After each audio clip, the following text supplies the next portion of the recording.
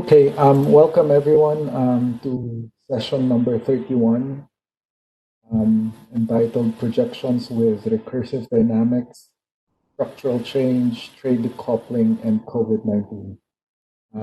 There are 4 presentations in this session, and the first one will be presented by Gianmarco Ariola.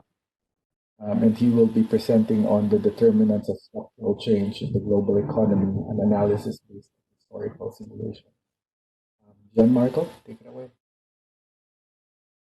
Yeah, thanks a lot for giving me the floor, and thanks for having me. Now I think you should be able to see my screen. That's correct? Okay, perfect. So I will start. The paper I'm about to present is about the determinants of structural change in the global economy. And we worked on it in the last few months at the WTO. Our starting point for this paper is a set of stylized facts. According to the word input-output tables that are our main data source throughout this analysis, between 1995 and 2011, the global manufacturing share of value added declined from 19 to 16%, with a slightly steeper trend in developed countries like the United States and Western Europe. The global share of imports from China increased from 3 to 12%, with an even steeper trend in the United States. Trade as a proportion of GDP increased from 19 to 26% at the global level, and the share of imported intermediates on global gross output increased as well, meaning that value chains became even more global and internationally fragmented. So this set of stylized facts about globalization and the structural change, of course, pose a very interesting question, which is if there is any causal dependence between the two phenomena. Of course, there is a larger empirical literature that you probably know on the impact of import competition on, in particular, import competition from developing countries on the manufacturing sector in developed countries, which usually tells that the impact of import competition on manufacturing labor market is somewhat disruptive. And there is also a very wide theoretical literature based on the traditional Ricardian framework, according to which we have to think about this phenomena in terms of comparative advantage. If you have a comparative advantage in manufacturing, which could mean that you are more productive or you have lower salaries or both, you will probably increase your manufacturing share following a decrease in the trade cost. The opposite happens if you don't have a comparative advantage, or if your comparative advantage at some point is weakened, for example, because your salaries go up because of economic development. Of course, we don't have to forget that there are also alternative sources of structural change. In particular, we will focus on non-homothetic preferences, which is to say that when you become richer, you start buying more services as a proportion of your income, and differential productivity growth. In particular, the fact that productivity grew more in manufacturing than in services, and this of course means that you can produce more manufacturing goods with less input, and prices become lower, and then the manufacturing share in the end shrinks. Our contribution to this literature is basically the fact that we build a recursive dynamic Eaton-Cortum model featuring multiple sectors, intermediate linkages, and non-homothetic CES preferences. We run historical simulations with that, and our methodology is basically to compare the output of our model with what we observe in the word input-output tables and in general in wired data. The calibration of our model is based on, again, on the word input-output tables, aggregated to 14 sectors and 15 regions, which is an intermediate level of aggregation that allows us to have some flexibility, especially in the time of running the model. Here I describe the different scenarios that we run. Our methodology is cumulative, which means that we started from a very basic scenario, and then cumulatively we add more and more shocks, so that comparing the output of the model with the data, we are able to identify the main sources of structural change. The most basic scenario that we run is the first one, where we basically target the labor force growth. We impose the productivity growth of frontier countries, Cobb-Douglas preferences, and we do not fix the trade balance nor anything else. Starting from this, we increase the complexity of the model. In the second scenario, we target the skill composition growth, which is to say basically the fact that the labor force growth is different from high, medium, and low-skilled workers from the wired socioeconomic account, which is another very valuable data set for us. Then we target the GDP per capita growth, real GDP per capita, to be precise. We introduce non-homothetic CES preferences with where we model the non-homothetic CES as in Comila, Shari, and Mestieri, which is a recent econometrica paper. And we take also the parameters from there. In the fifth simulation, we introduce a differential productivity growth by sector. When we talk about differential productivity, we always mean the difference between sectoral and average TFP growth. Then we have the savings rate. We target the savings rate. We target the trade balance. In the eighth simulation, we target trade policy shocks, both tariff and no-tariff measures. The tariff measures come from DESTA, and the parameters for computing the ad valorem equivalents are taken from the literature. Then we impose a cost-neutral twist on the demand of primary factors. In the 10th simulation, we target the capital share of value added, the intermediate share of output, and finally, we basically do a couple of residual shocks, a cost-neutral intermediate demand twist, and basically we compute what we call the inferred or technology trade cost that I will describe later in another slide. So as you can see, we have really a lot on our plate. Going for a minute to the descriptives, here I show the macroeconomic shocks that we impose. There's not much to say, to be honest, because, for example, the labor force and the GDP per capita growth display the well-known stylized fact that because of catching up, in general, developing countries tend to have higher growth rates than developed countries. The evidence on the savings rate is mixed because we have some countries where the savings rate between 1995 and 2011 increased quite a lot, in particular China, but also Germany, and other countries where it actually decreased, for example, Korea, Mexico, Japan, but also the United States. And finally, for the trade balance, the general stylized fact is that developed countries tend to decrease their trade balance in the period under analysis, with a remarkable exception, which is Germany, where the trade balance increases by 5 percentage points. The growth rate of the labor supply by skill type actually has a very simple take-home message. Here we measure the labor supply by the number of hours worked, and the idea is that the number of hours worked by the high-skilled labor force in general increased really a lot. If you look at the numbers in the first column, actually you can see that they are annual percentage changes, average annual percentage changes. So if you computed the cumulative, you would actually see that this kind of labor force increased really a lot between 1995 and 2011. Then we have the capital share and the intermediate demand share. For the capital share, let's say that in general, with a few exceptions, basically the production became more capital intensive throughout time, while with intermediate share we have a more mixed situation. I do not report it here, but I said, and I reported it in the first slide, basically we see that the share of imported intermediates in general increased, which is a signal of increasing global value chain integration and the complexity of the production also at the international level. Here a very simple take-home message concerning income elasticity and differential productivity growth. The income elasticity of services, as usual, is higher than the income elasticity of manufacturing, which is a very important stylized factor for structural change, and the productivity growth of manufacturing is in general higher with respect to the productivity growth of services, with one maybe exception, which is financial intermediation, which grows by almost 2% per year. Here I report the annual percentage change of our tariff rate and the ad valorem equivalence of non-tariff measures.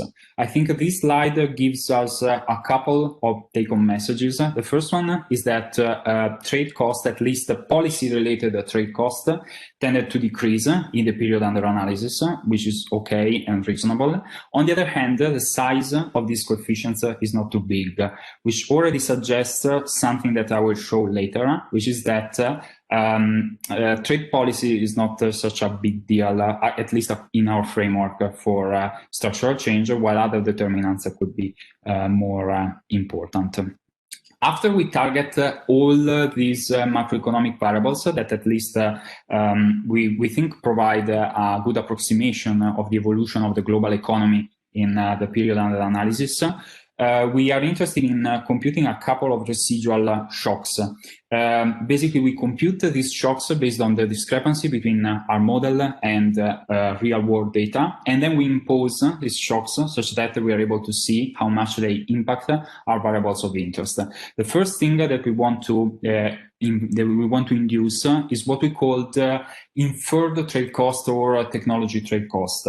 You can think about this kind of trade cost as every kind of trade cost that is not related to policy. So, for example, technology changes, containerization, standards, whatever. In order to identify these, we start from the well-known Eaton-Kortum reduced form for trade, where trade is related to iceberg trade cost, and we make a couple of relatively reasonable assumptions, which is that trade costs are symmetric, and the iceberg trade cost when the origin is equal to the destination is equal to 1.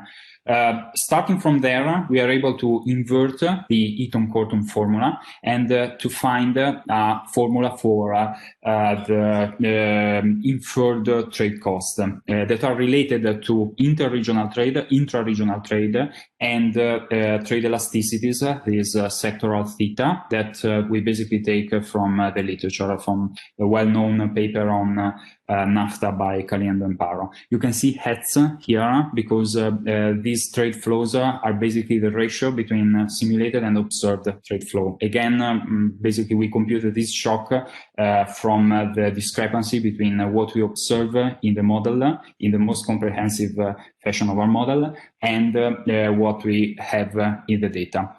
We do something very similar for computing intermediate demand twister, because we compute them comparing the simulated and observed intermediate demand shares and relative prices in the final year, 2011, and we basically engineer these twists such that they are cost neutral. Cost neutrality basically means that they do not influence the aggregate price index. We do exactly the same for some labor demand twists, but actually they are not so relevant for structural change and globalization, as we see. The results of the inferred trade cost and intermediate demand twist are reported here. On trade cost, we see again that the numbers that they are annual, basically they are annualized. So these are percentage changes annual.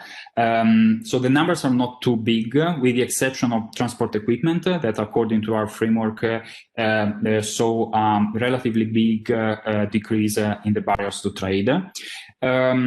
Even more interesting probably in intermediate demand shocks, because here we can see that there are a couple of sectors, in particular business services, electric and optical equipment, but also post and telecommunications, where actually the intermediate demand was redirected in the period under analysis.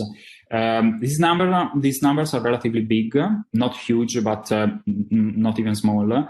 And I think they are an interesting finding because we could also use them for forward-looking projections. So we actually already started working on that. Here, the labor demand twist, actually here there is not much more to say, except for the very intuitive aspect that in general the labor demand was redirected towards high-skilled labor for all countries. Okay, now I can start showing you some results, if there are not any questions. Basically, the first result that I want to show you is the determinant in particular from China, because China is the fastest growing, lowest developed in the period under analysis, 1995-2011, and also in the public discourse, they talk a lot about this kind of issue. The structure of this graph, because you have the share of global imports coming from China, while on the x-axis, I basically put the observed data in 1995 at the beginning, the observed data in 2000. And then lots of our simulations in the final year, which is again 2000. The identifiers are the same that I probably don't remember, but I will guide you through that. Basically, the most important things that I have to say about this graph is that, first of all, our model seems to have a relatively good fit with respect to reality. Because apparently our most comprehensive simulations, the last 4 or 5 simulations, approximate relatively well import competition from China. And the big change in the fit of our model happens with a shock that we call POL. POL is basically a shock where the trade policy shocks come in. So the idea is that according to our model, at least, the decrease in the trade barriers due to policy actually increased import competition from China all over the world. This is actually totally reasonable because China joined the WTO in early 2000s, and of course our model is able to take into account that because we have an equivalent, and we shock, we have a WTO shock. Structural change is quite different.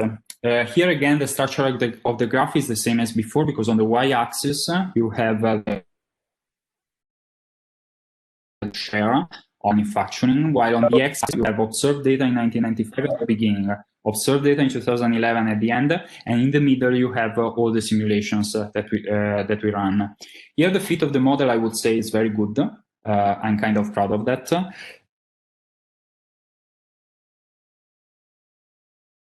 The bit of the here does not happen with trade policy shocks. It happens with the introduction of differential productivity growth. While trade policy shocks seem relatively powerless, you can see the column POL is basically equivalent to the previous one, and so also do not matter much. So if we take these two slides together,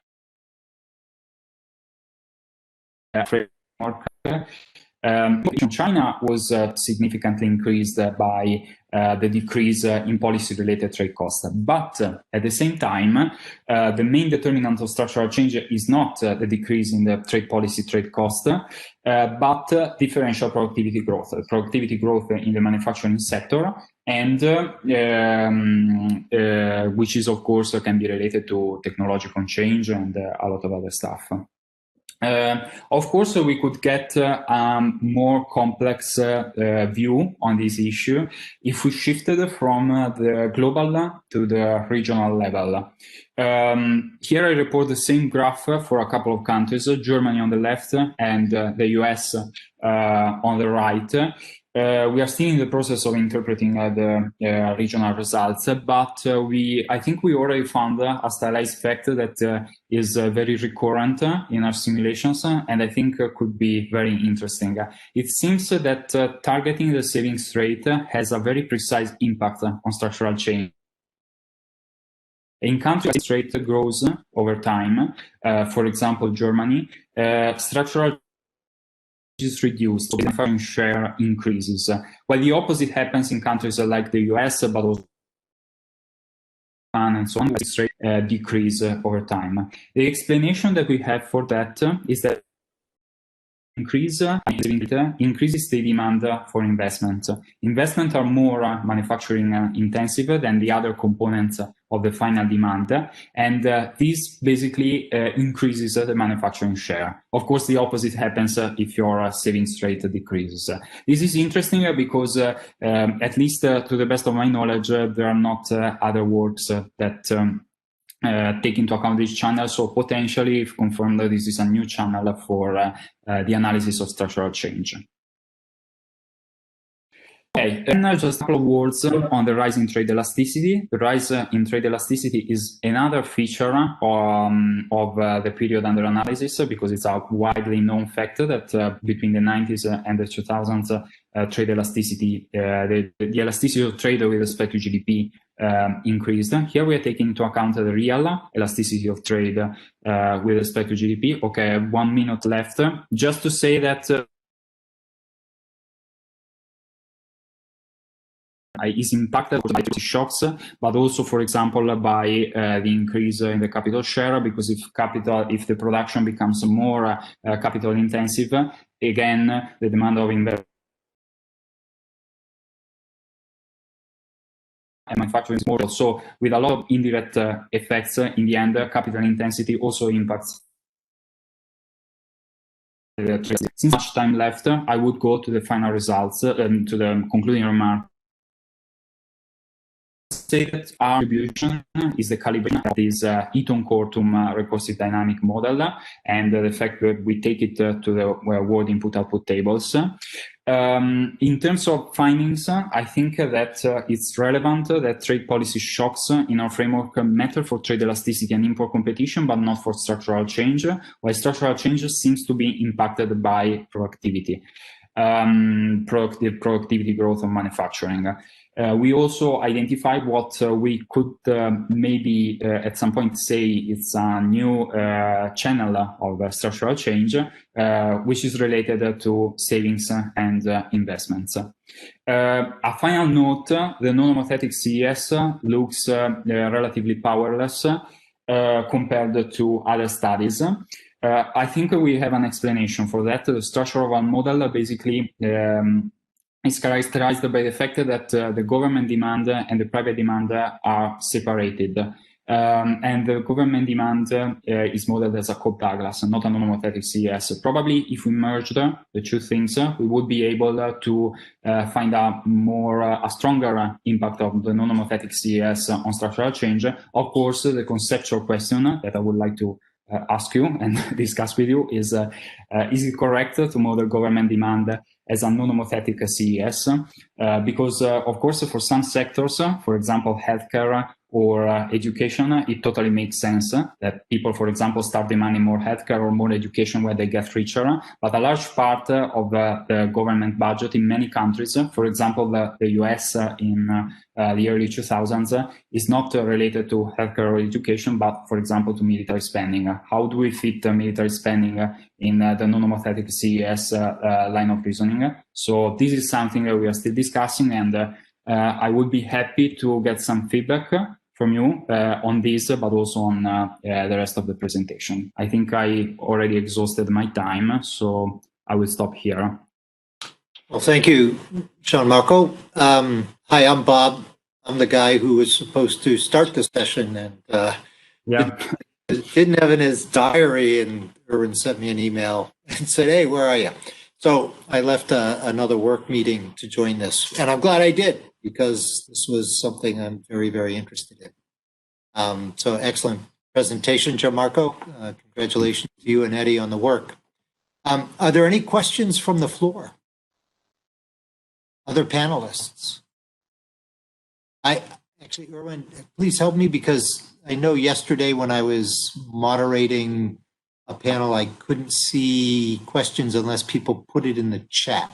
Yes. So I'll keep track. I see Marila. Marila, you have a question. I can see her, so yes, I see your hand up. Yes. The floor is yours.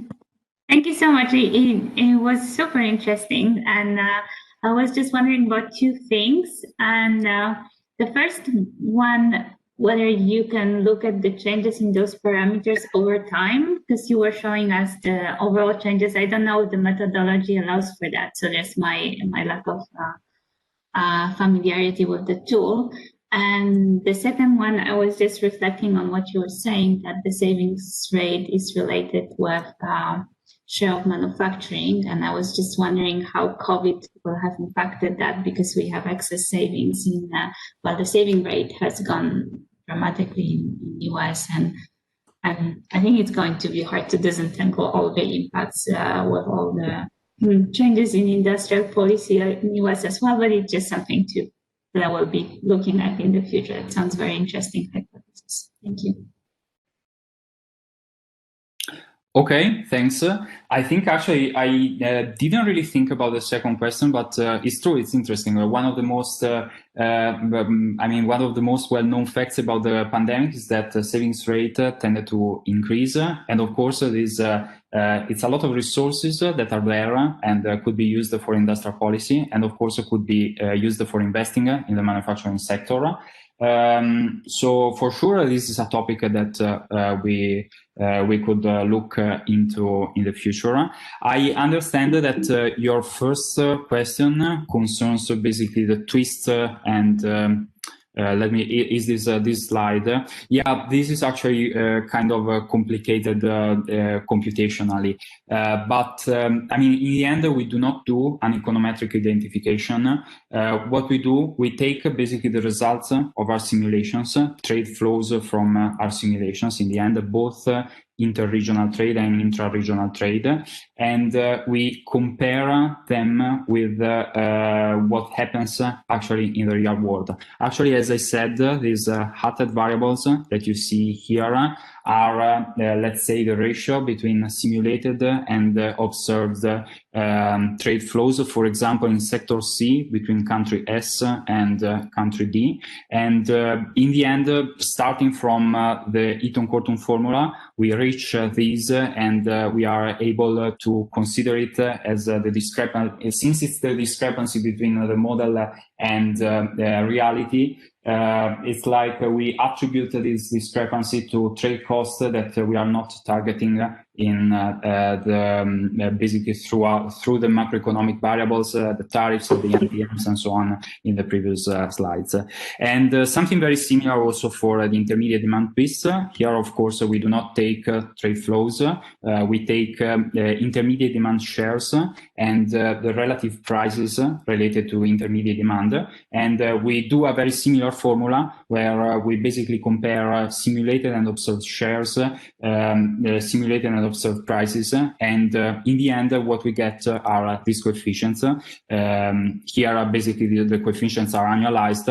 Of course, it's kind of tricky methodology because depending on the shocks that you impose before, you could get different results because everything is computed as a residual. But actually, we tried also to change the order of the shocks to make some robustness checks. And the main results, for example, the result that intermediate demand is redirected towards business services, electric and optical equipment, and so on, remain. So I would say that it's kind of a consistent feature of the data, the fact that intermediate demand went there in that period, which is also reasonable because it's intuitive that business services and electric and optical equipment became more important as an input in the period under analysis. I hope I answered more or less both questions. Thanks. I did see Marilla put something in the chat. Was that a follow-up, Marilla? No. Okay. Right. I was just wondering how because we see here the average. What I was curious about is whether you consider evolution over time. So whether 97 is different from 2008 and so on. But we can chat about it later. I don't want to monopolize the discussion. No. I understand. I understand your question now. Actually, we could, but also in order to make it as simple as possible, we just took the discrepancy in 2011 and then we annualized the total. So we basically took the final year and we analyzed it. But in principle, we could do what you're saying. I'm just wondering that the results would not be so stable and so nice, but it's possible, and it could also be interesting for the trend because maybe you see that business services start being important starting, let's say, from 2003 or something like that. Okay. Do we have any other questions for Jean-Marc?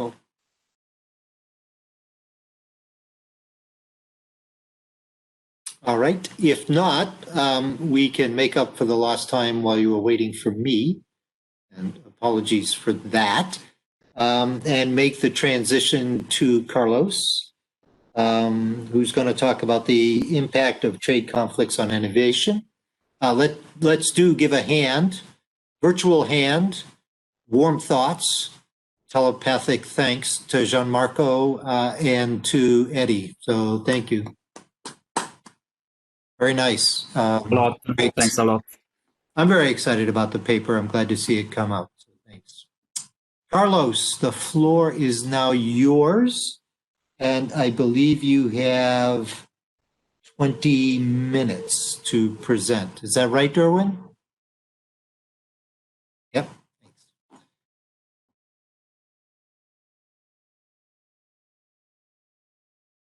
Don't forget to unmute. There we go. Thank you, Bob. So thanks for having me. This is a great pleasure. As Bob said, this is a joint work with Eric Beckers, and the usual disclaimers apply. This is a work on the the trade conflicts impact on innovation over a more long run horizon. And the motivation here that we have is we draw a little bit from the political science literature, and the idea that some events over the past few years, and namely, the trade war between the U.S. and China, Brexit, events like that, have led some political scientists to conjecture the possibility of a globalization backsliding. And the idea is that we had a great consensus on trade policy, and the idea that reducing trade costs led to gains from trade up to the 2010s. And in the last few years, we had some change in that consensus, in that there is a possibility of large-scale trade conflicts, better is exemplified by the trade war between the US and China, and maybe that could extend over the future. So our idea is to simulate what would happen to economic growth and innovation if those events propagate over the future. And one scenario specifically that we will simulate here is the idea of trade decoupling. What is trade decoupling? Trade decoupling is the possibility that technological systems in the East and the West, specifically around China and the US, could decouple in the sense that they could become different technological structures in terms of global value chains. And there is an example here. So Huawei is a large corporation from China, one of the largest technology companies in the world. They used to use Google's Android operating system. But during the Trump administration, there was a geopolitical concern that Huawei could be spying potentially on Western consumers. So there was a ban on American companies cooperating with Huawei because of their insertion in this ban list from the Department of Defense. So Google complied with that directive from the US government, and Huawei had to shift away from using American technology and create their own operating system. So this is a clear example of decoupling in technological systems between China and the US. So this is just a motivation to exemplify what we are talking about. So how could we potentially measure the welfare effects of decouple? Well, one problem is that most trade models, they summarize gains from trade as as proportional to domestic trade share. And importantly, they assume that technology is fixed. And we don't think this is reasonable to understand the phenomenon of trade decoupling. Why is that? Because, one of the main drivers of trade policy is the idea is that by engaging in trade, you can have productivity gains, and by increasing your technological level.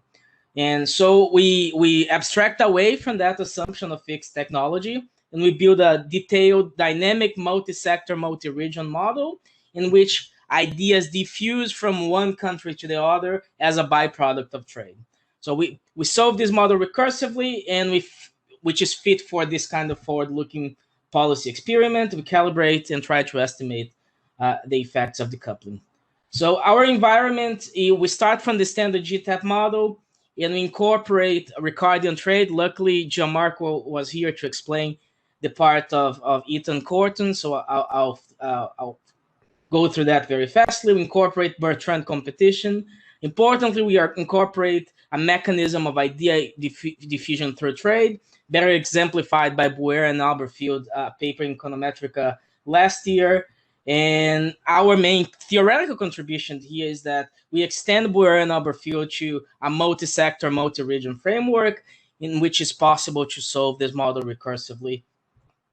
Okay, so we follow Eaton Corton trade, and the standard assumption is that productivity is a random variable with a Fréchet distribution. This lambda parameter summarizes absolute advantage, whereas the theta, the elasticity of trade, summarizes comparative advantage. Importantly, in our model, this lambda parameter, which summarizes technology, has a t, a time subscript, because it will evolve over time. So given this assumption in Eaton Corton, as Gianmarco said, we have a closed form solution for trade shares. And since this is an extreme value distribution, we have this logit form here. We also have a closed form solution for prices. But this is standard as in what Gianmarco said.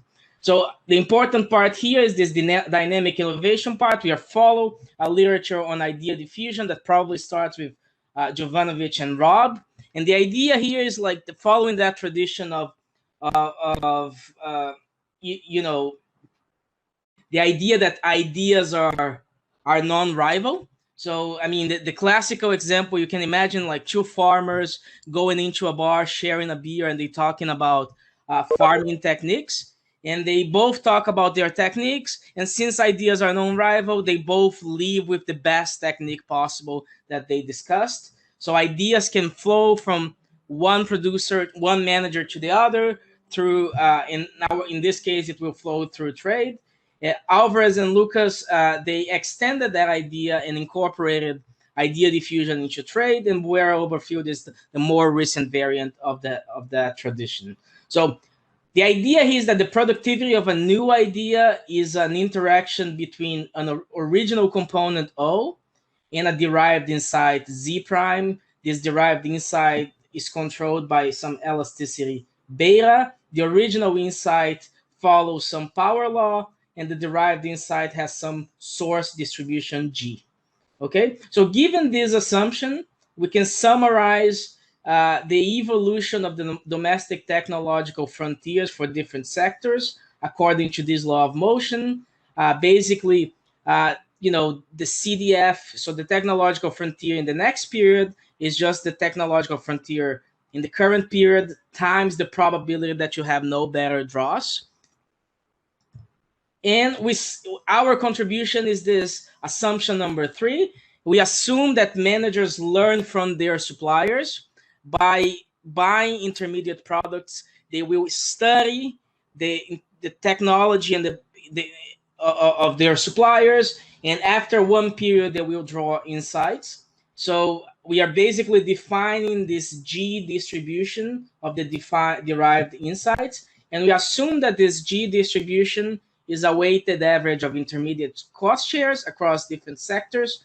You know, for every sector I, you're sourcing from different J sectors, and of course, for every one of those sectors, and you source from different countries, and every one of those countries and every one of those sectors, they will have a productivity distribution themselves. We summarize our contribution with this proposition saying that given those assumptions, we can state a closed form solution for the law of motion of the productivity parameter lambda that looks like this. It looks like a weighted average across different sectors and across different sources. So basically, it's a weighted average of different intermediate cost shares. And of course, we have here the trade shares of different sources and different sectors and their respective productivities. Okay?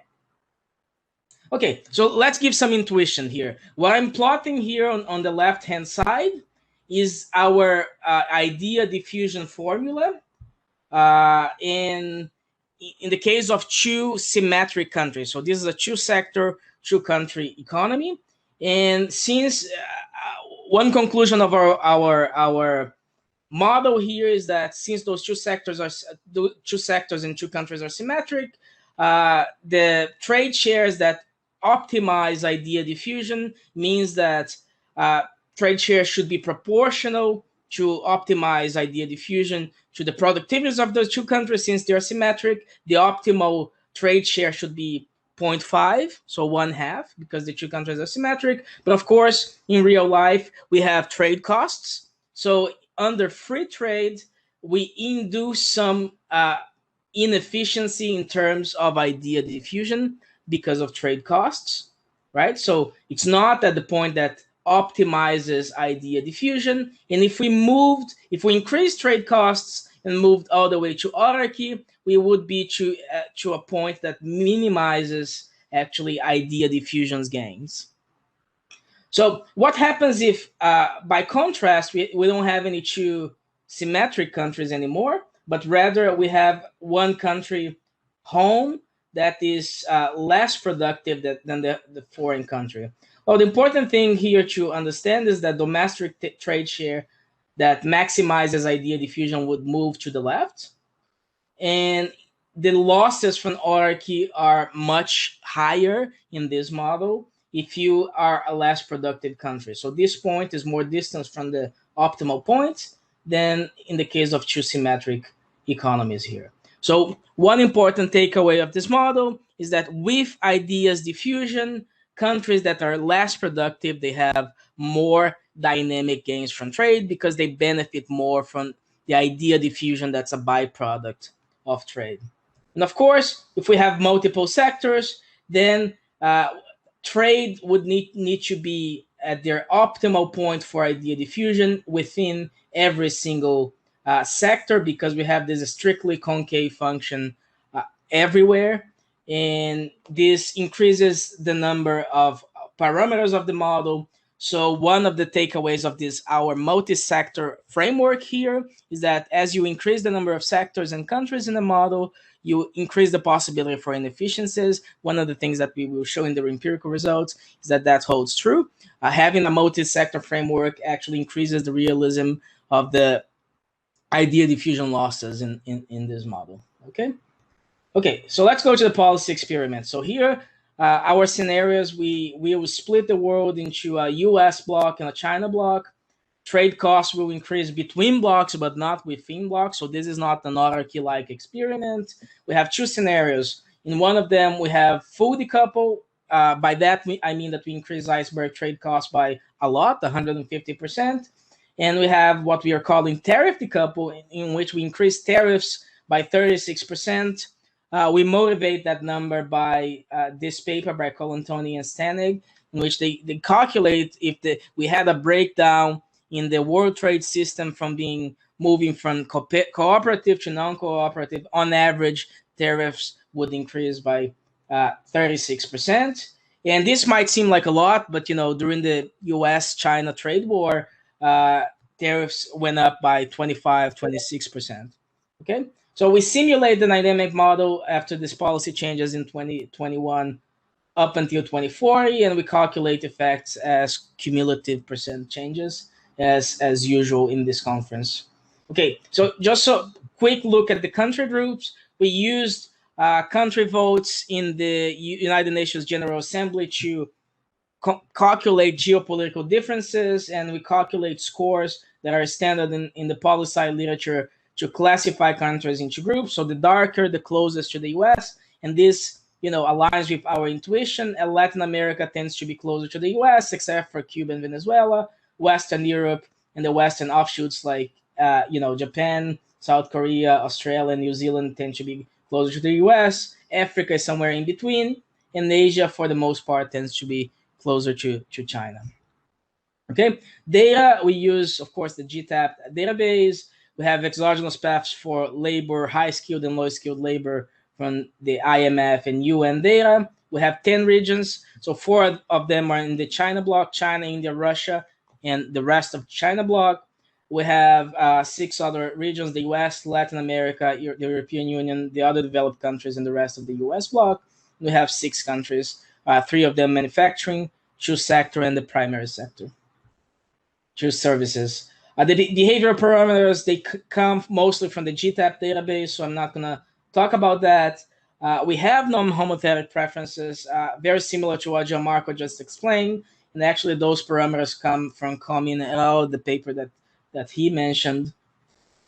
How do we, one of our contributions is to calibrate the parameter beta, which is the elasticity of idea diffusion. We do that through simulated method of moments. So basically we simulate our model for using different parameters beta, and we're targeting the mean and the standard deviation.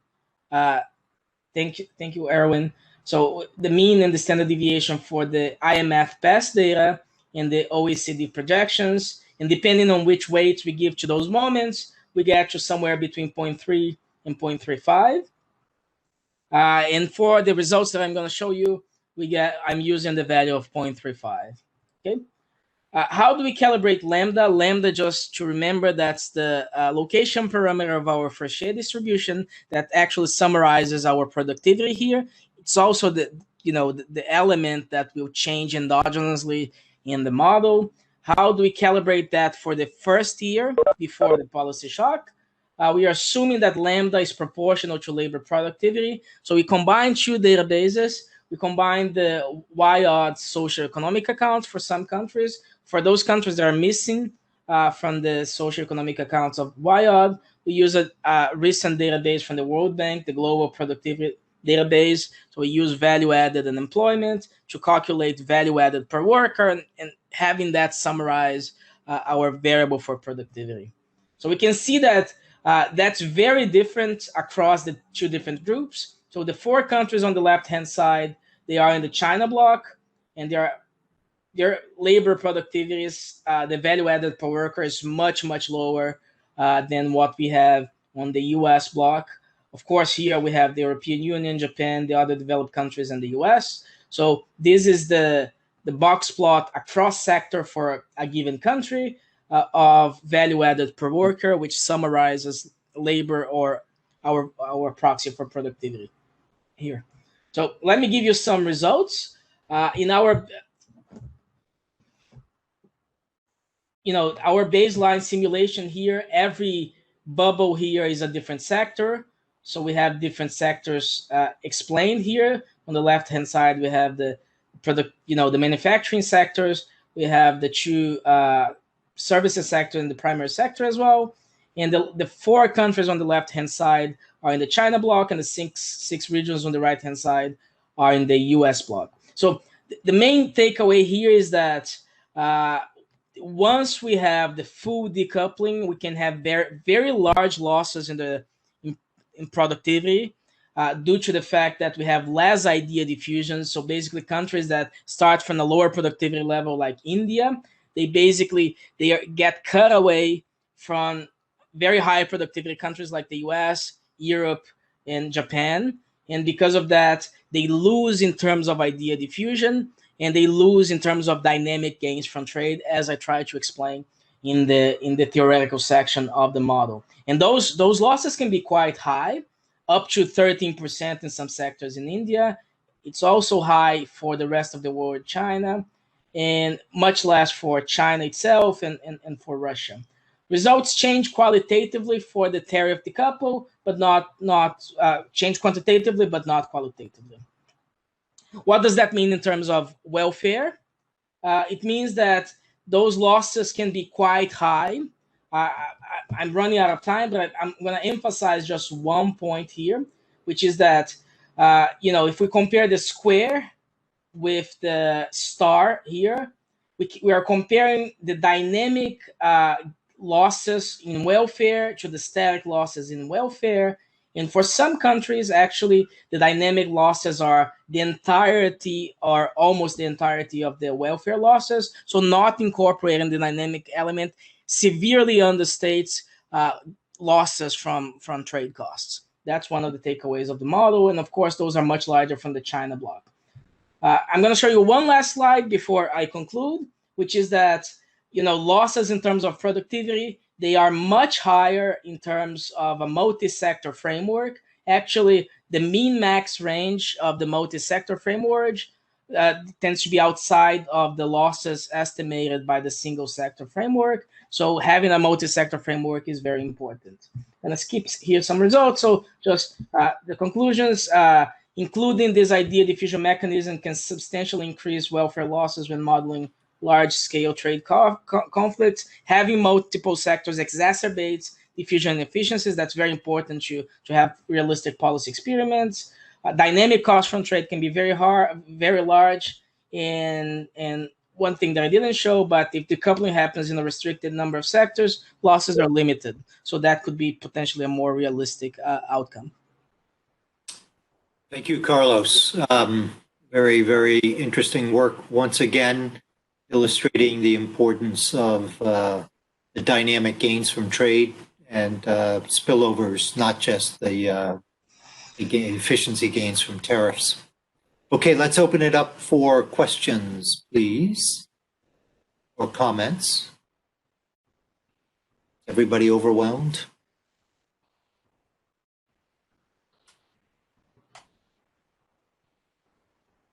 Not even seeing any screens come on.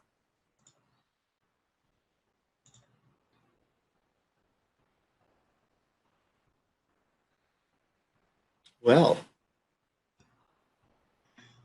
do you want to take a few more minutes to share some additional thoughts with us, Carlos? Or do you feel like you've given us all you've got? Sure.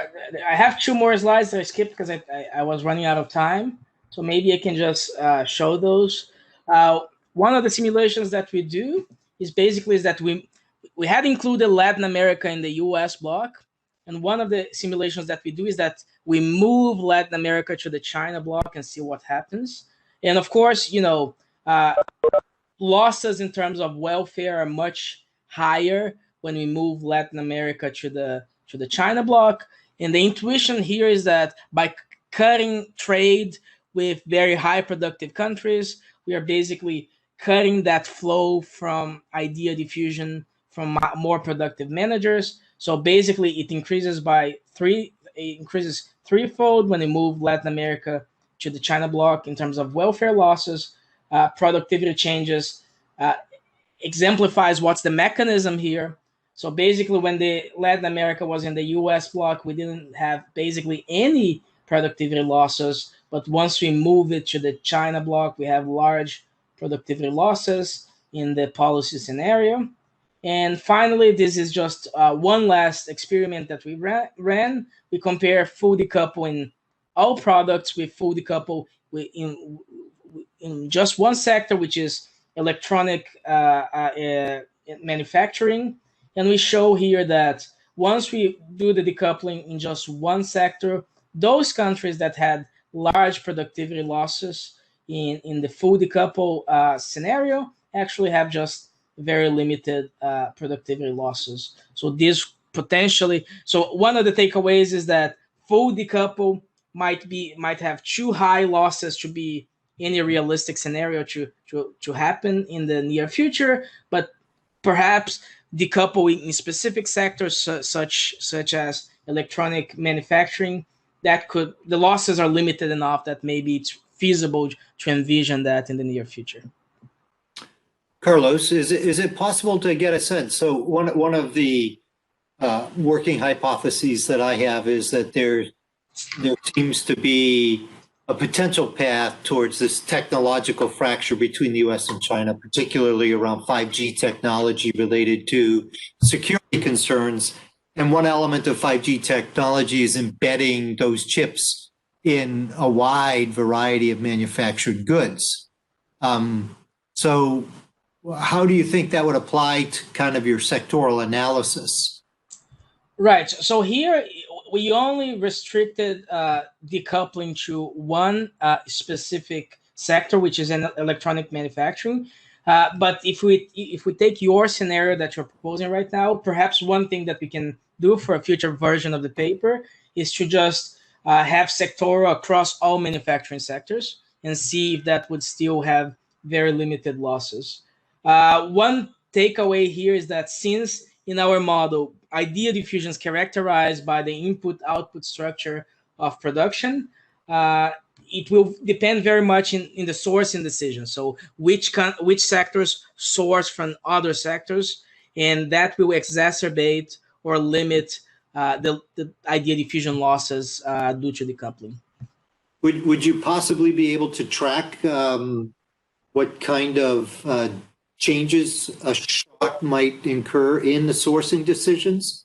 So if countries got to choose, that might also be rather interesting to see if that would, what it would do to potential global value chains, supply chains around the world. Right. Yeah. So yes, we can track that in the results, I think.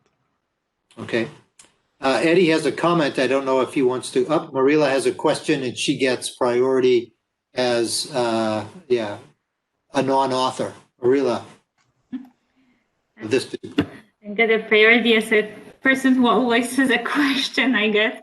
I was just wondering, how one would think about the incentives for the countries that become disconnected from innovation to kind of invest in R&D and start, basically catching up to the innovation frontier themselves, because, whether that is something you can think of within your framework.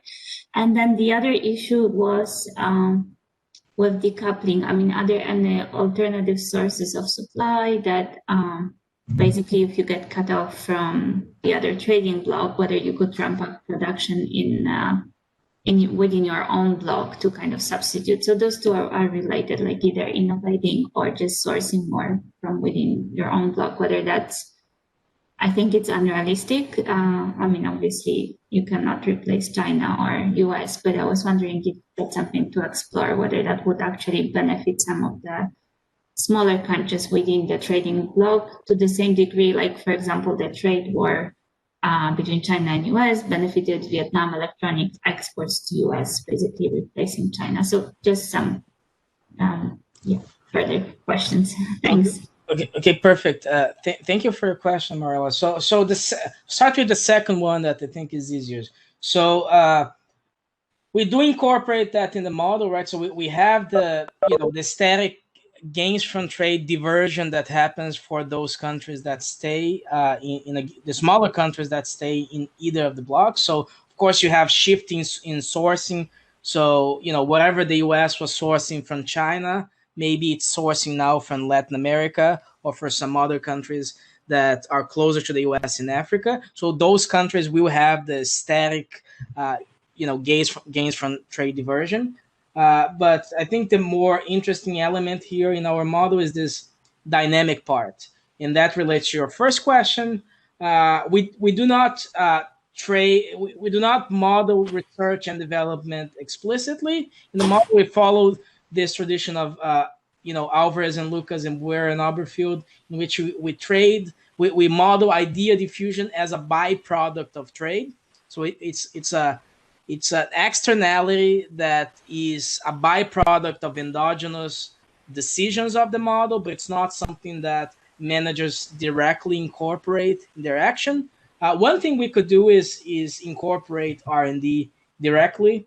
My intuition is that the results wouldn't change that much, but that's a potential extension of our model. So I think the second question we cover it entirely in the model, but R&D we don't model it explicitly.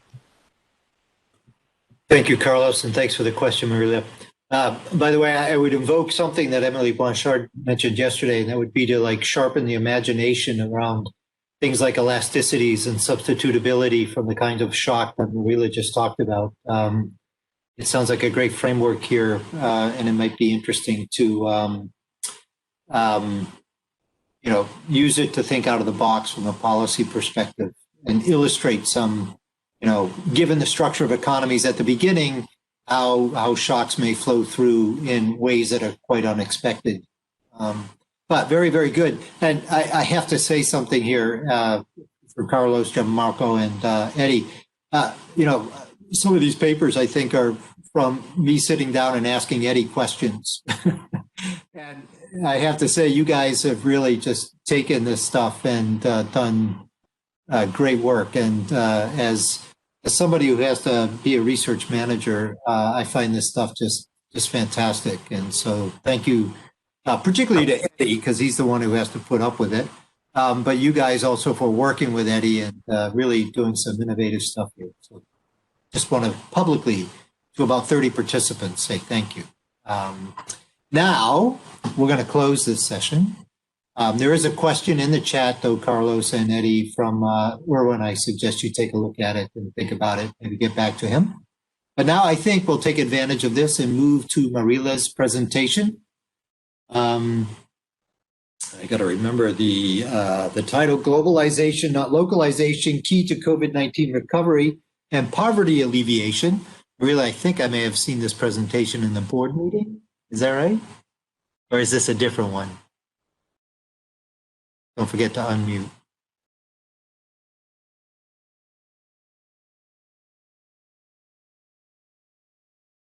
We don't see your slides yet.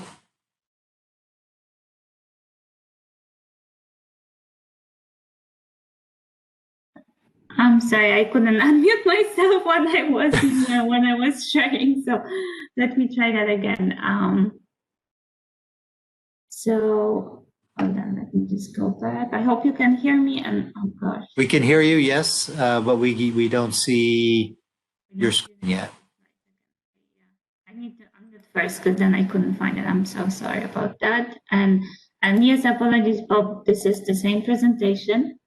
But it's okay. You know, it probably takes me seeing it a couple times to fully understand anyway. So, yeah, it's so amazing. You just want to listen to it over and over again. So no, I don't need Groundhog Day on this. Okay. Since right. we're on WebEx, the floor is yours, like Marila. not changing. Thank you so much. So, well, thank you everyone for tuning in, and I really appreciate it. I know that everyone is probably just really tired of being on WebEx for so many hours, and I'm really hoping that next year we'll be able to do it in person. So this presentation is part of the work that we've done with Maxim and Dominique from Purdue, from the GTAP Center, and from a couple of colleagues, Israel and Maria from the bank. And it's part of the research that we're doing for the reshaping of GDCs post-COVID, a report that will be coming out in the fall. And CG modeling is just part of it. There is interviews with companies, there is surveys, econometric work, and quite a lot of literature reviews. So hopefully you will find it interesting. And it alludes to some of the issues that Emily Blanchard was discussing in her talk. And I have to say, I was really happy to see the presentation on decoupling, because this is something I was thinking about looking at as well. So there's a lot of connections with other work.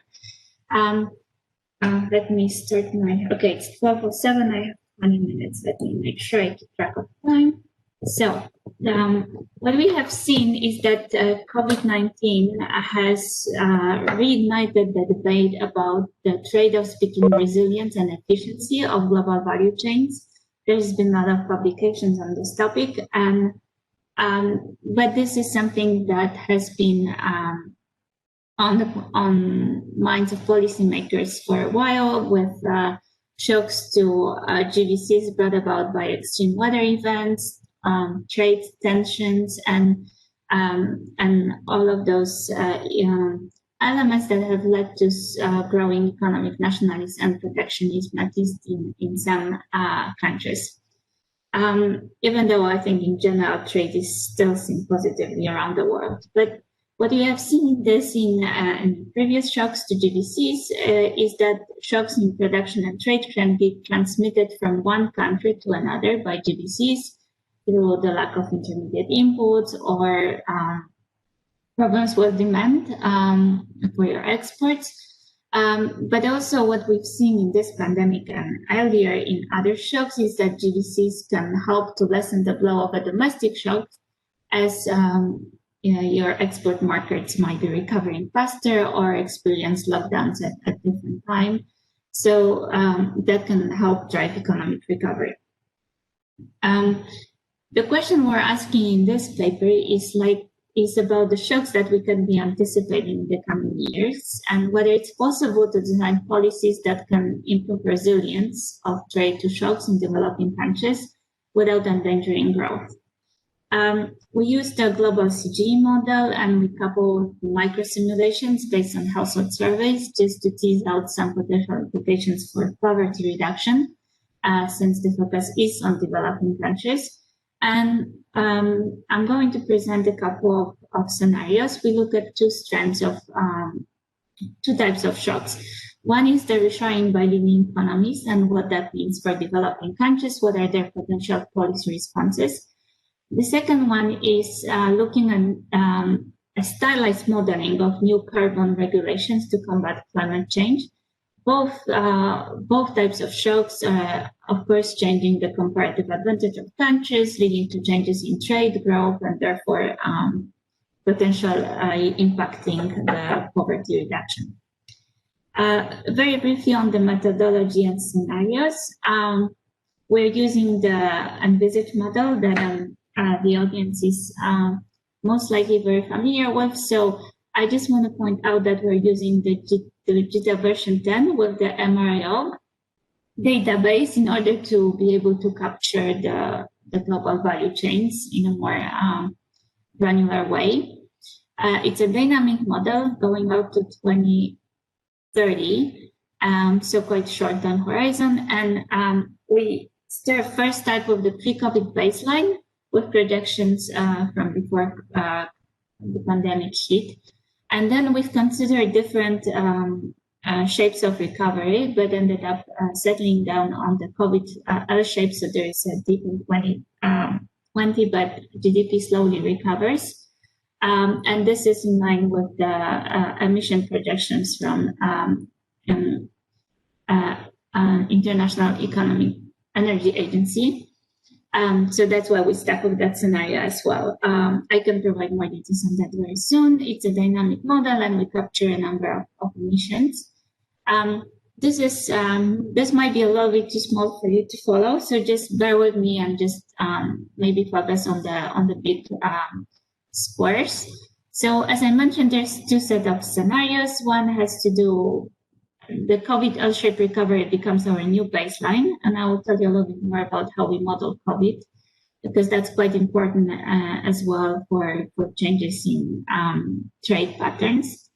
And then the first shock that we consider is the reshoring by leading economies. And it's where leading economies subsidize production in agriculture and manufacturing, and they encourage the use of domestic inputs. Again, I will show you on the next slide a little bit more detail. But developing countries we consider two types of responses by developing countries. They can either respond in kind by reshoring themselves, so basically implementing the same type of policies, or they can implement the GBC-friendly policies. And I'll elaborate on those very soon on the next slide. And then the second set of scenarios that we're looking at, as I mentioned, is just the NDC's implementation of stylized EU Green Deal and our interpretation of CBAM. And now, as I promised, a little bit more details on the scenarios before I go to the results. So pre-COVID baseline, again, no need to read it. There's a lot of detail, but just a few things I want to highlight is that the pre-COVID baseline incorporates trade war tariffs and implements the existing FTAs. In terms of modeling COVID, we do a number of shocks. Of course, we follow the Wto projections and assume then slow post-recovery as post-2022 recovery. But we also shock cost of imports. We try to mimic the sharp drop in international tourism. We incorporate the shift in household demand away from services that require human interaction and towards other sectors that became more in demand during pandemic. we have a food supply shock, shift towards communication technologies in the services sectors and away from transportation, especially aviation. And then we took spent quite a bit of time trying to, with all of those shocks, to have the endogenous decline in oil prices as we observed in 2020. Finally, the reshoring of leading economies, it's very similar to the OECD study from 2020 to the localized world scenario. So you should recognize their assumptions. The subsidy to local agriculture and manufacturing production amounted to 1% of GDP. And that's for the leading economies, it's high-income countries and China in our experiment. We have increased barriers to imports and made it harder to substitute domestic production for imports by reducing the elasticity of substitution. Reshoring all means basically this is exactly the OECD, because I believe they implemented that for all countries. And then the alternative response from developing countries is to implement what we call the GVC-friendly policies. And what that means, we completely eliminate tariffs on all intermediate inputs, making it easier to kind of engage in regional and global value chains. We make it easier to substitute imported for domestic products by increasing the elasticity of substitution. And we also assume the implementation of the WTO trade facilitation agreement, a full implementation in line with the OECD studies. Now, for the climate change the second set of scenarios, we take the emission reduction targets under the Paris Accord based on a couple of papers. As on the slide, the EU Green Deal involves an even more ambitious emission target. And then finally, the CBAM involves the ad valorem equivalent tax being imposed on region and commodity-specific carbon content of imports to the EU. We cover all countries, all sectors, and the emission intensity is based on the exporting country's production structure, or carbon intensity of the exporter, not the EU. Okay. Finally, moving on to the implications of the different scenarios and what they mean. First, focusing on reshoring. What we find is that, in line with kind of intuition, having a more localized world will make it harder for developing countries to recover from COVID. So what you see here is are 3 select regions from developing countries, and basically a cumulative growth between 2019 and 2030. Obviously, COVID is likely to, in our L-shaped recovery, is likely to have lasting implications. So even by 2030, the growth is expected to be lower. But under the scenario where all countries reshore, the hit would be even harder. And the countries that are hit the hardest are Sub-Saharan Africa, East Asia, and those are likely to see significant income losses if they were to implement the reshoring policies. Now, what does it mean? I mean, and it's just an intuition, putting up, in line with previous studies, putting up barriers to trade, and in a more localized world, that means slower growth of trade and income, and lower efficiency gains. So what does it mean in terms of the GVC participation? And what you're looking at here is the combined effect of backward and forward linkages.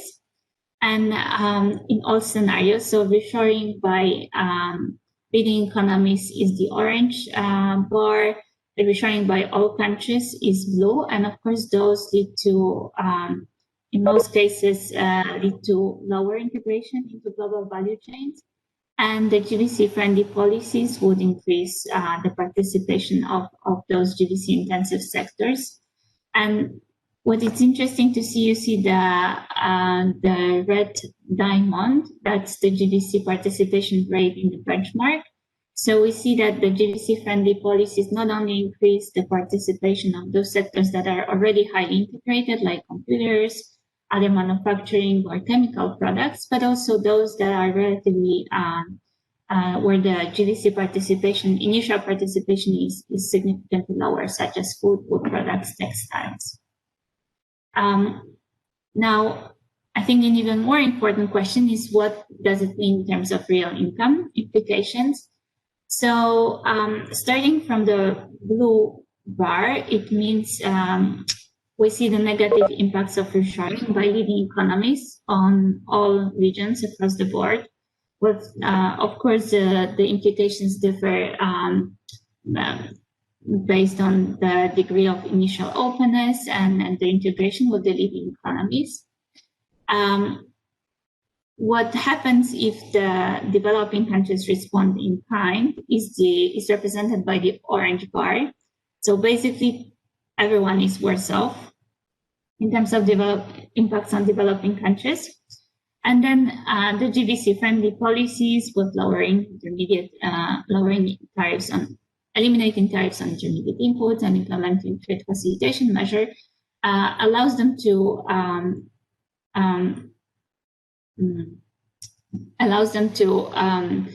grow faster and outweigh the negative implications of reshoring by leading economies.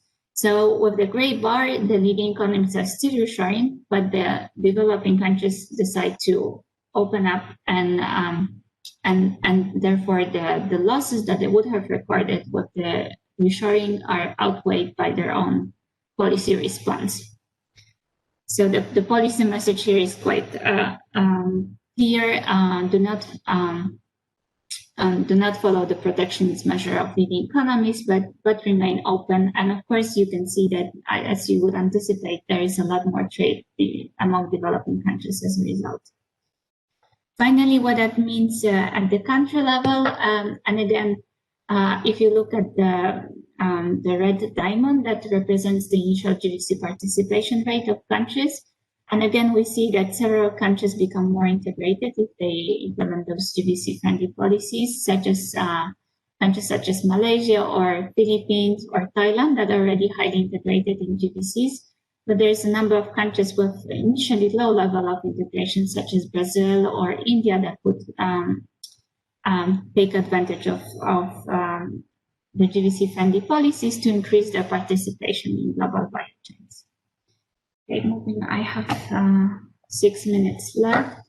So moving on to what it means in terms of poverty, just to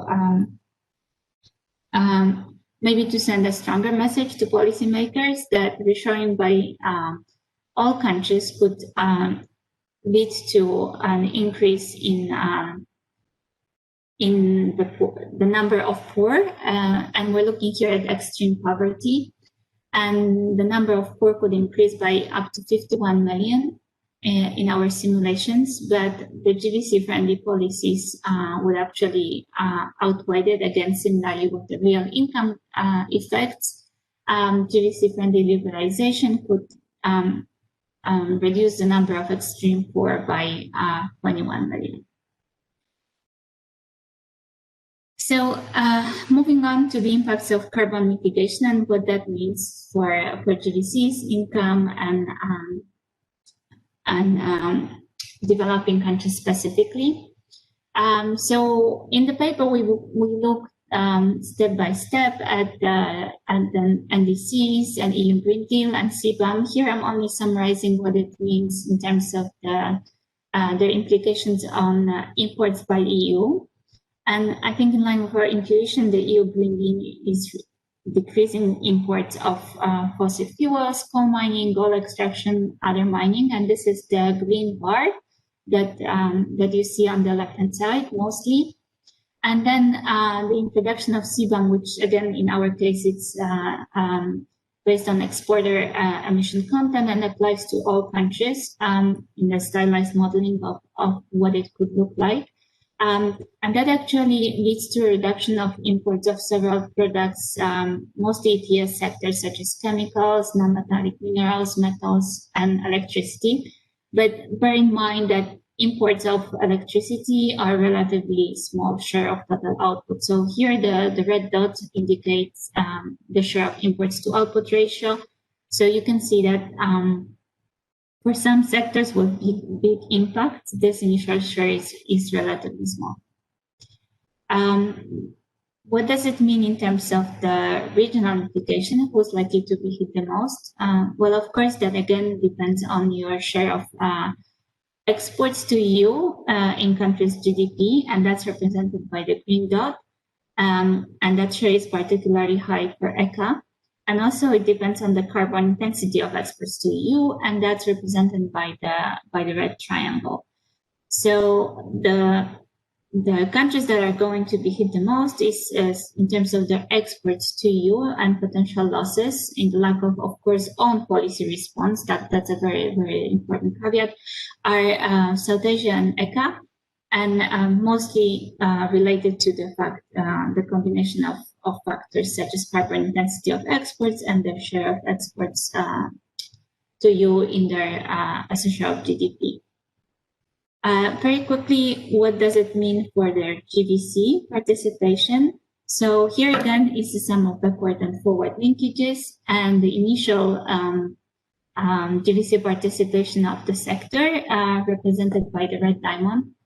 And basically the message here is that NDC, EU Green Deal would reduce the participation or basically the trade in coal extraction, natural gas, wood and other products. But there is a number of sectors with relatively high participation in GVCs that would actually could expand as a result of those environmental policies, and this could be seen as an opportunity for countries that specialize in those sectors, such as those on the right-hand side, such as motor vehicles and parts, accommodation and food, and computers and electronics. And again, this is assuming no additional policy responses from developing countries. Of course, in response to CBAM, they might want to choose to introduce even higher carbon taxes and just like on top of NDCs. So that's in the absence of policy response. And just to highlight one particular sector, electronics, which is of course highly involved in global value chains, and it's showing again that that CBAM and other policies would actually lead to greater integration in electronics sector, and it could benefit not only countries that are already heavily involved, again red diamond, high share, but those that are on the left-hand side that register significant gains without being initially very much involved in those sectors. So that's an opportunity right there for developing countries. Just to summarize, because I think I'm running out of time right now. So just to sum up, globalization will strengthen the recovery from COVID, while localization will weaken it. Developing countries can take steps to increase the resilience to future shocks through unilateral reduction of tariff on intermediate inputs or implementing trade facilitation measures, allowing them to diversify sources of inputs and basically lowering the costs of trade. A hostile environment for GVCs could lead into increasing extreme poverty. And the hardest hit would be the poor in sub-Saharan region, with 80% of new poor caused by reshoring being located there. The GVC-friendly environment could boost integration to GVCs, lift incomes, and up to 22 million of additional people out of extreme poverty by 2030. And we also see that it would improve the incomes of the bottom 40%, basically benefiting a lot of unskilled workers. And depending on how this climate change mitigation policies are being implemented, since there's still a lot of uncertainty and how it's going to be implemented, and climate mitigation measures in advanced economies could result in reshaping of GVCs away from carbon-intensive activities. And climate policies would impact developing countries differently, of course, depending on the extent to which they specialize in carbon-intensive sectors and how much they export to EU, if we only consider the EU taking those steps. And the stylized modeling of CBAM suggests that new opportunities could arise for countries that are relatively carbon efficient in key tasks along GDCs. And the sectors that could expand are such as computers and electronics, motor vehicles, and other light manufacturing. So overall, we conclude that the design and implementation of CBAM and other carbon adjustment schemes, as other countries or regions decide to implement them, will be critical in determining their impact on trade and incomes in developing countries. Thank you. I'll stop sharing. Thank you, Marila. Very timely, very important policy implications there. I was in a couple of panels earlier today, one with Lufthansa Cargo, wondering what would happen if there was all sorts of reshoring to their business, and then a German Liberal Institute asking what would happen with CBAM. So I wish I had your slides in front of me at the time. Let's open it up for questions. Again, if you have them, somehow signal either in the chat. I would invite the other panelists to reciprocate Marila's active engagement in your papers with something back.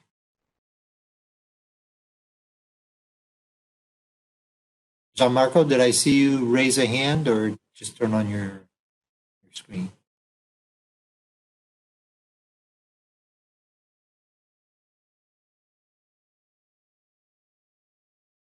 Okay. Yes? I have a question actually. Somebody? Okay. Okay, Gianmarco, no, I was please. wondering if in the paper you... I was wondering if in the paper you make some hypothesis or some speculation on how likely is a hostile scenario for global value chains, or if you think it won't be, because I mean, I understand the rationale behind the simulations, but it would be also interesting to understand during in the next decade or 2 decades. Do you also want to say something about that?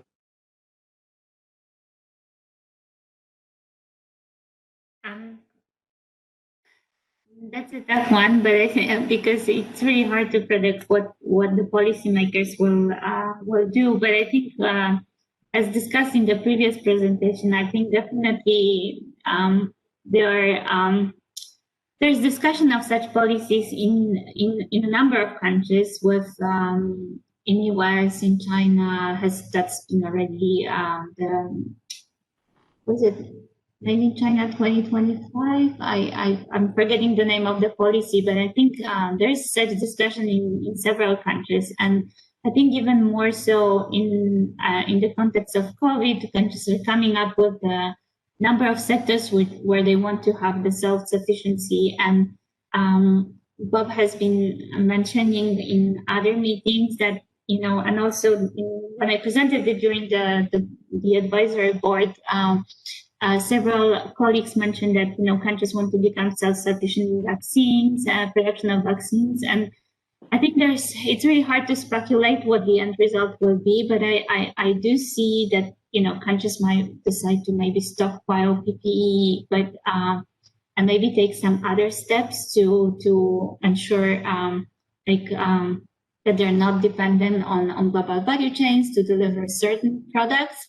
But what we're trying to show here, without speculating on who will actually follow through, and obviously the scenario is very stylized. We don't think that everyone will try to ensure everything, but just the idea was to show the implications on developing countries. But I think the conclusions from the report, not so much from the study, the CG analysis, is that in the trade-off between resiliency and efficiency. And most companies are still going to go with efficiency, and we won't see a huge reshaping of GDCs post-COVID. But of course, the policy uncertainty is something that is hard to assess in a sense where it's going to be implemented and which countries are actually going to take important step in reshoring. But even the previous presentation was pointing out to this, that there will be sectors where this pressure is growing, and we might see that actually taking place in with chips or other sectors, and maybe some medicines or PPE, things like this. I don't know, Bob, maybe you could reflect on the ongoing discussions on the vaccines, because I think that's a very special case, but I think there is a risk, of course, not everyone can produce them, and we have no idea what's the next pandemic or the next health crisis will look like, whether we'll actually need vaccines or something else. Thank you. Thanks, Marila. The challenge around vaccines is know-how. It's not the intellectual property. It's the human capital and the productive machinery, and then all the surrounding logistics environment necessary to both get the inputs, produce the product, and then distribute the product. And WHO's manufacturing task force suggests that it'll take 3 to 5 years in those countries that don't have the capacity already. And that's with assistance from those countries and companies that already know how to produce it. So much of the hope around vaccines in the short term is expanding the output from those countries, companies that already know how to produce it. But that being said, one of the things the firms are very concerned about is sharing the recipe, getting these countries to start producing it, and then innovating around it, and then reducing their comparative advantage in 5 to 7 years after these companies, these new producers have gotten good at it. That's sort of their strategic concern around sharing too much of their capabilities. But yeah, short-term elasticities are relatively inelastic. Longer-term elasticities are probably much greater on the supply side. I don't know if I answered your question, Marila. I tried. Yeah, no, that's very helpful. There's a couple of questions in the chat, which I'll try to address. First is, could you say something more about the assumption about the spending on reshoring and the actual cost to developing countries in your results? So the assumption is that the leading economies subsidize production of agricultural and manufacturing products to the degree of 1% of GDP, and it's spread equally across sectors. In terms of cost to developing countries, I don't have like one number, but there is a decline in output across the board for developing countries. And just going back to some presentation, as I was saying, the biggest I think negative shocks are to would be for that's the one of the. I mean, I'm happy to send you the presentation afterwards. It will be posted online, but it might take a while. But for example, I'm just looking at the slide 11. Once you get it, the sub-Saharan African income could decrease by almost 6%. And as I was saying, that has significant implications for poverty, and that would generate, as I said, 80% of the poor would be coming from sub-Saharan Africa,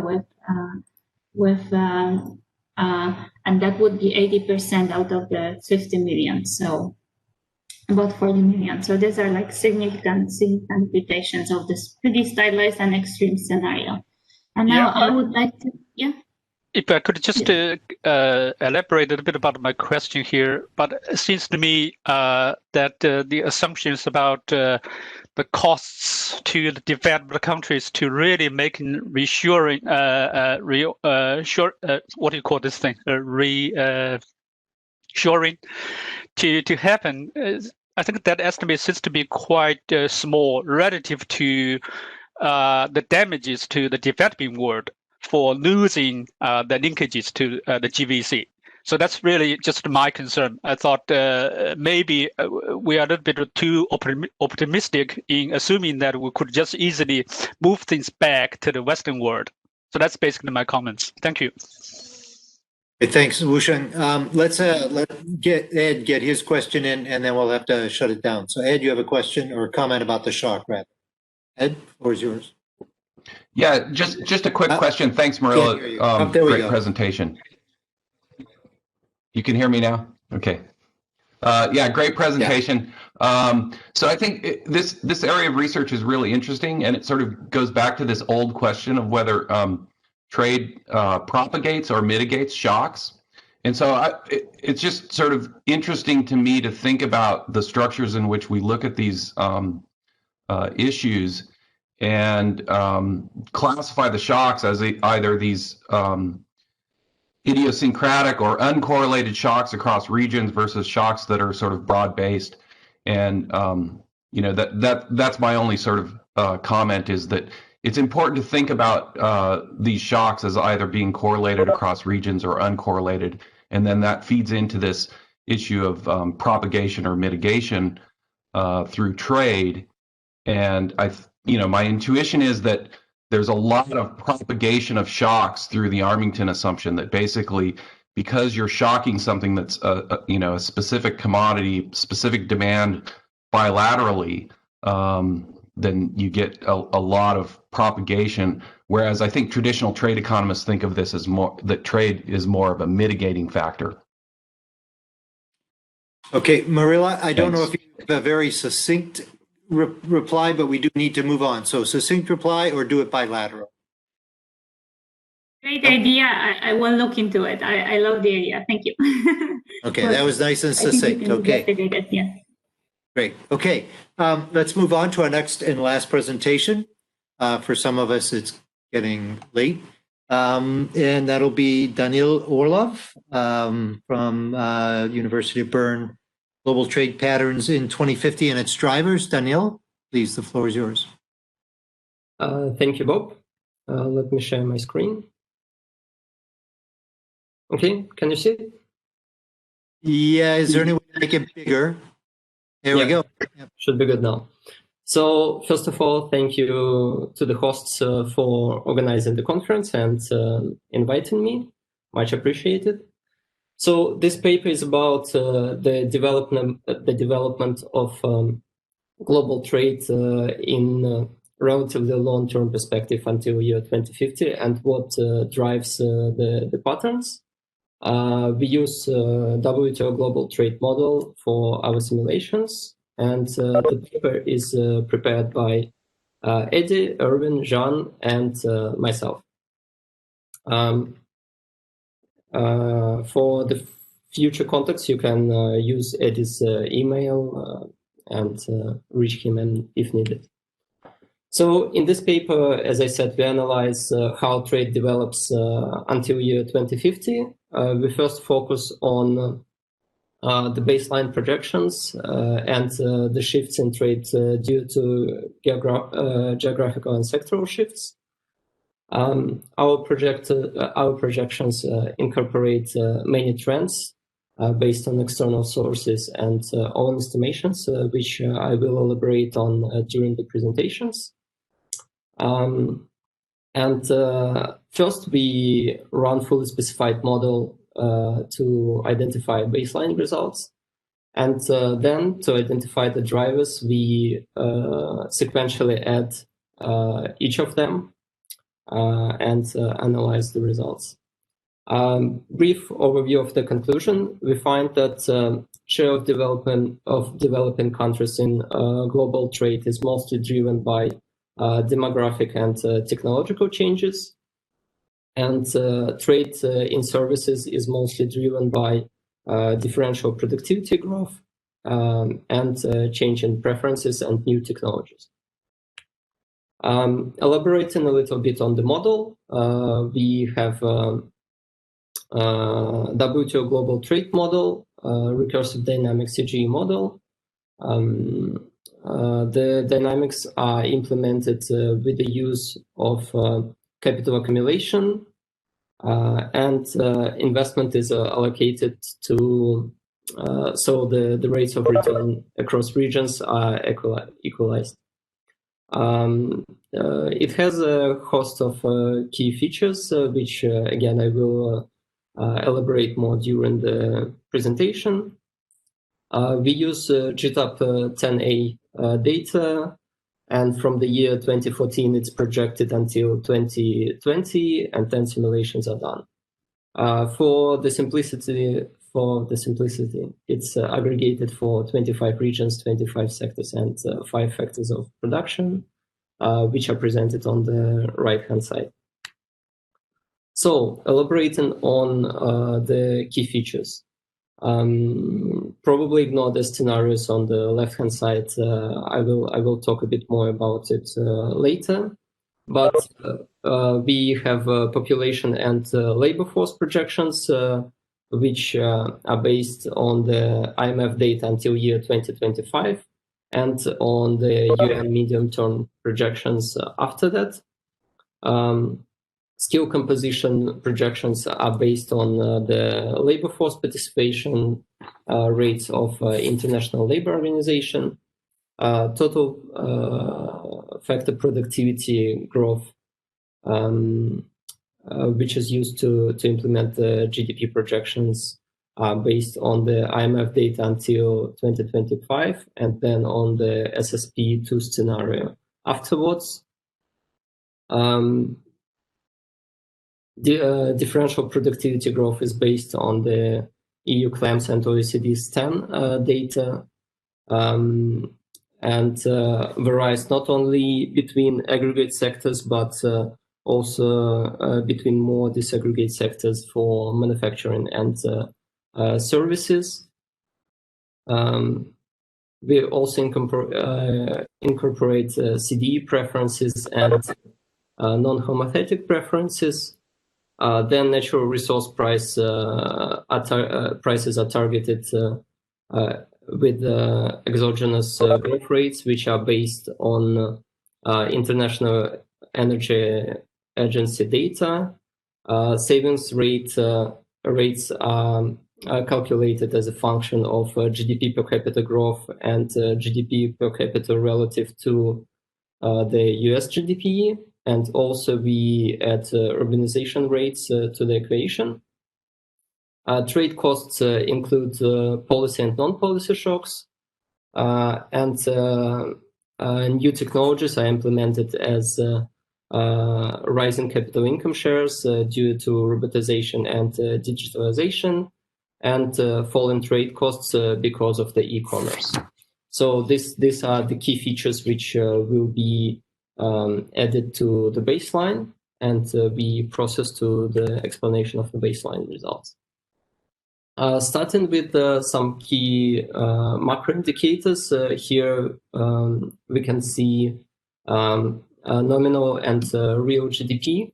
And the most important thing here is that the share of LDCs is rising by 1 percentage point. And if we look at the population, we can see that population of LDCs is actually increasing by more than 3 percentage points. And the middle column in the right section refers to the trade of aggregated region. And we see that here export share of LDCs increasing by almost 2 percentage points. So basically what it means is that LDCs are rising in terms of population, they trade more, but their GDP remains relatively low. Yeah, so this is the key message here. Also, around year 2039, the share of developing countries and LDCs together will exceed the share of developed economies in the global trade, which was also interesting to see.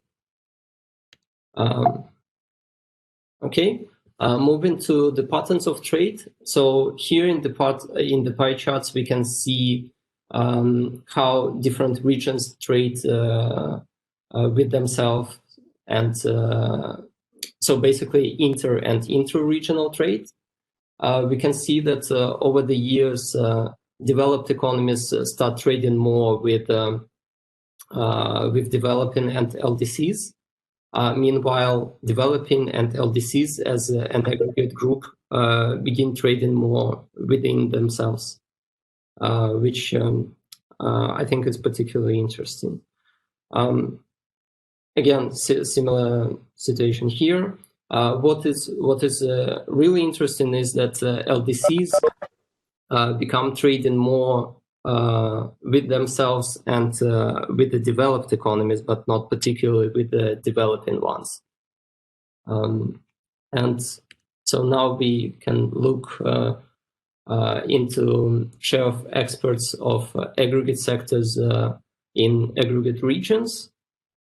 So here we can see, and also globally, here we can see that share of services is rising across all the aggregate regions. So the dark blue bar is higher for all of them. And also another interesting finding is that share of exports of developed economies in agriculture is increasing from 3.1% to 5.2%. And also similar story with the extraction from 6.9% to 10.9%. And we believe that this is driven by the increase in the land prices and the prices of natural resources. For the manufacturing, we can clearly see the patterns of structural change. So the share of manufacturing decreasing in developed and developing regions, and in the least developed, manufacturing is actually increasing. So yeah, clear structural change here. In terms of the value added, so here we can see value added in terms of value shares and in terms of quantity shares. And here we can see that value shares of services are increasing for all the regions, but quantity shares remain more or less stable or show more modest increases, if I may say so. So this might suggest that the prices of services are actually rising over time. And again, similar story with the rise of agriculture and manufacturing. We can see it, for example, in developing and LDCs. It might be driven by the land and natural resource prices. Another interesting outtake here is that higher than average productivity growth of manufacturing is an important driver of the fall in the share of manufacturing. So we can see that, yeah, for example, in the developed economies, it falls from 14.5 to 7.7%, and a similar story in the developing and in the LDCs. So basically, it means that manufacturing is more productive than other sectors, which drives the prices down. And as there is a limited opportunity to substitute, the effect remains. So for real comparative advantage, trying to look into the specialization of the regions, we can see that developed economies increase their specialization in the agriculture, and this is actually the only region to do so. For developing and LDCs, the specialization in agriculture decreases quite a lot. Similar stories in the extraction. Again, this is driven by the projections of natural resource prices. But for the manufacturing, the story is reverse. In the developed economies, specialization in manufacturing falls, and in developing and LDCs, it rises. And services increase across the board, except maybe from the developing economies. So now moving to the drivers of the changes. And this is a representation of the scenarios we have. So the first one is the basic baseline model. Well, I need to clarify myself. It's different from the fully specified baseline, which I presented before. What we call baseline here is the basic model with the external growth projections on population and labor force. And importantly, we assume equal total factor productivity across the regions. Then in the second scenario, we will add projections of the skill composition, then total factor productivity growth, which will help us target GDP per capita growth. Then we will add differential productivity growth, CDE, assumption on non-homothetic preferences, then natural resource price targeting on top of it, exogenize savings rate, implement trade costs, and new technologies. So these are our 10 scenarios. And so we begin with the share of experts by developing and LDCs. And we can see that population growth plays an important role in this trade pattern. So from the year 2020 to the year 2050, there is a significant increase in the share of exports. Then skill composition also brings in additional growth. This is most likely because developing countries and LDCs are catching up. Then we can see that total factor productivity growth has a similar effect. Again, this is most likely because developing and LDCs grow their economies on higher than average growth rate. Interestingly, differential productivity growth doesn't add much here, but we will see more variation when we look into sectors. CDE preferences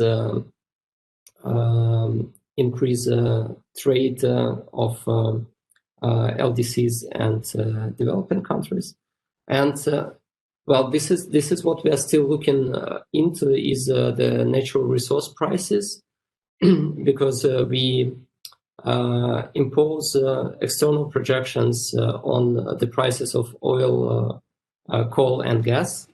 And because of the crises in the recent years, the data is a bit disturbed.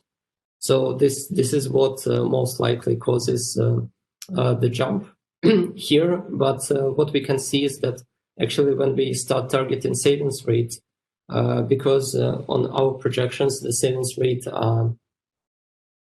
tend to be lower than those in the original data, we can see that this effect is offset because of the capital accumulation. Then there is a slight, thank you, Aaron. Then there is a slight increase in the shares of exports by developing and LDCs due to the trade costs, and the new technologies decreasing. So now looking into sectors. So this is a share of global manufacturing sectors. And the interesting point here is that differential productivity growth and CDE preferences, as expected, bring this share down, because actually the preferences, the consumer preferences, are predicted to shift towards manufacturing towards services, from manufacturing to services under these scenarios. And the rest of our assumptions do not affect the share of global manufacturing trade too much. The picture is somewhat reversed in the services sector. So here we can see that differential productivity growth and CDE preferences actually increase the share of global services exports. And what was particularly interesting is that the new technologies facilitate trade in services. And as we have two components in the new technologies scenario, we decomposed it further down. And this increase is mostly driven by the reduction in the trade costs due to e-commerce, which aligns more or less nicely with the logic here, as much of the services are traded digitally. There is an increase here. So concluding, demographic and technological change play the most important role in the rising share of developing economies in the global trade. The shift from manufacturing to services is mostly driven by differential productivity growth, shift in consumer preferences, and assumptions on the new technologies. And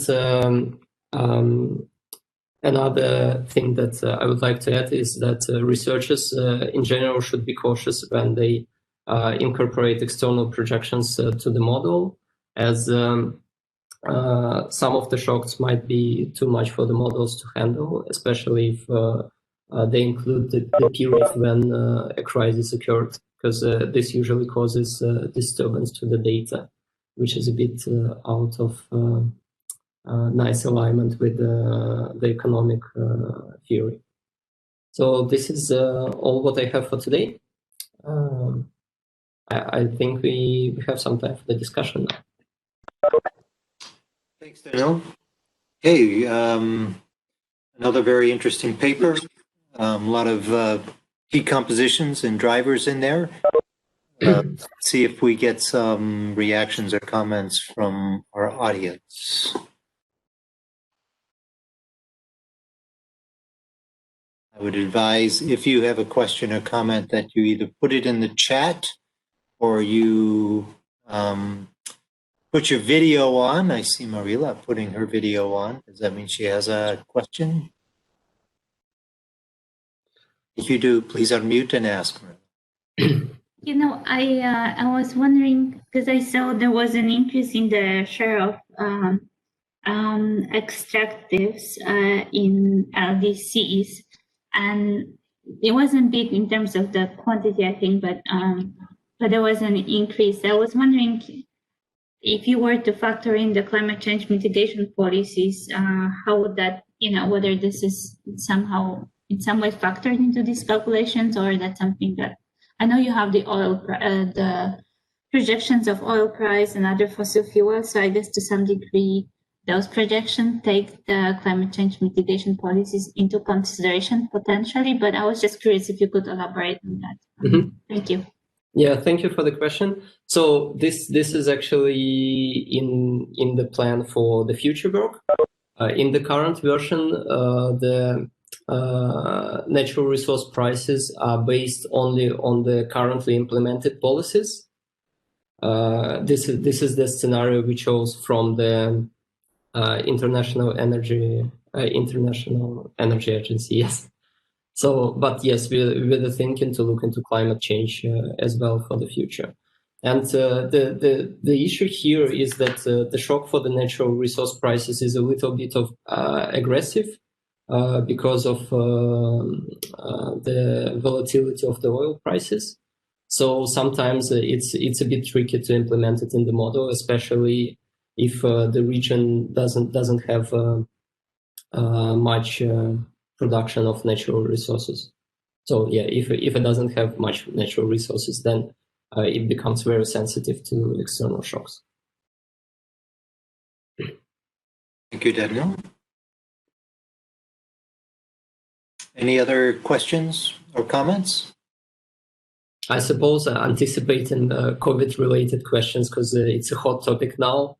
We thought about looking into it, but we parked it for now because we have plenty of other shocks to analyze. And there is a lot of ongoing work in the other institutions and in the Wto as well. So we left it aside for this particular paper. But it will be possible to see the effect as well. Well, I do think there'll be some interesting questions coming down the line. In my meeting the other day, the German economic advisor to the chancellor was expressing very, very significant concerns about overproduction of vaccines. And so having a sense of optimizing the production and distribution of vaccines and potentially flexible production where when there isn't a lot of demand for a particular vaccine, what else could they be producing? I think those are some very interesting questions there. And one of the ideas here at the WTO is veterinary vaccination, where either using veterinary vaccine production facilities to flip to human, or ensuring that the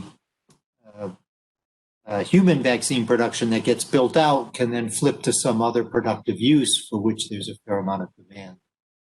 Unless, of course, you want vaccine-free animals. Sorry for that divergence, but I think this is very interesting because one of the things I run into, or it's a concern I've had, I think, for many years when brief policymakers, is we'll go in with our trade analysis, but we'll do our trade analysis almost, we abstract from everything else. And the policymakers are seeing all these other forces and often confusing them with trade. So I think being able to say what else is driving some of these outcomes and then putting the trade policy shock into context is extraordinary. I found that to be extraordinarily valuable, but hard to do because we often assume it away. And so I very much appreciate this work. Are there any other questions for Daniil? Seeing none, I'm going to use my chair prerogative and go home. So I encourage the rest of you to either, I don't know if this is the end of the sessions for the day. Is it, Erwin? Yes, it is. It is? Okay. Well, then everybody go home. And thank you to the presenters. Let's give them a hand and say thank you very much. And very, very interesting and productive session. Thank you all. And have a good afternoon, a good evening, good morning if you're signing in from from Asia. Thanks. Bye.